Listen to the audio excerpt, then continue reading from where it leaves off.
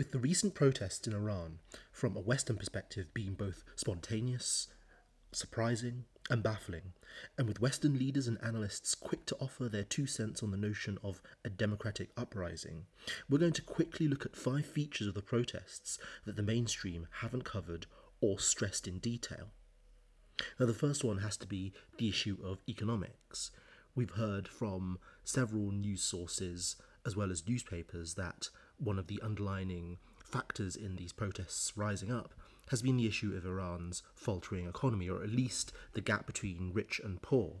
Now, very rarely do you hear the same analysts talk about some of the structural issues, such as the question of sanctions. Now, Iran has suffered heavily over sanctions for the past 40 to 50 years. It's actually quite surprising that Iran has been able to generate a huge degree of wealth while being under such international strain.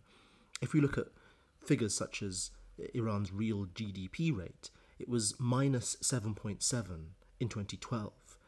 The cause has to be US sanctions, and only now have we started to see any recent or decent level of growth. And again, that has not been spread out equally among all classes within Iran. The second feature also rests on an analysis of living standards. If we look at some fantastic work by Dr. Javid Salahi, he looks at the divergence in living standards as measured by per capita expenditures between people living in Tehran, or the middle classes, upper middle classes living in Tehran, the kind of people that took part in the Green Movement protests in 2009 on one side, and the rest of the country in some of the much more ethnically diverse areas of Iran where protests have really started to kick off. Now, this is known by Salahi's description as the Rouhani effect. You've got a heightened degree of economic growth, which is connected to increases in memorandum of understandings, huge amounts of electrical and automotive deals being done with Western companies. But you've also got the results of an austerity budget that has been imposed by Rouhani, who has pushed forward with a liberalisation programme. And this has all come to a head in terms of the split in living standards between Tehran and Iranian families, working class families, in the rest of the country. Number 3 has to be a historical analysis. Now, the protests have been coined by some analysts who have links to incredibly pro-Saudi Washington DC think tanks as a glorious realization of a democratic ideal, and in part the economic is political, but this can be exaggerated. One has to take into consideration that protests in post-revolutionary Iran have historically been fueled by a desire to restore popular politics as embodied by the 79 ideal, but also by revolutionary and democratic traditions that predated the 79 revolution. It's not really a call to generally overthrow the regime through revolution, at least not violent revolution. As pointed out by Somynne Zadeh, it's more a question of do your job rather than we want to get rid of you. But certainly it's a desire to strengthen the core features of democracy which do exist in Iran, such as the office of the presidency or the majlis. The next issue has to be that of working class and trade unions. Now, of course, some Western news agencies have picked up on the fact that the crowds coming out in protest today are far more working class than the 2009 protesters. But what has not really been looked at in detail and the mainstream press in the West has been the role of trade unions. Now, trade unions have had a long radical history in Iran. In the 1940s until 1979, it was incredibly difficult to organise independent unions.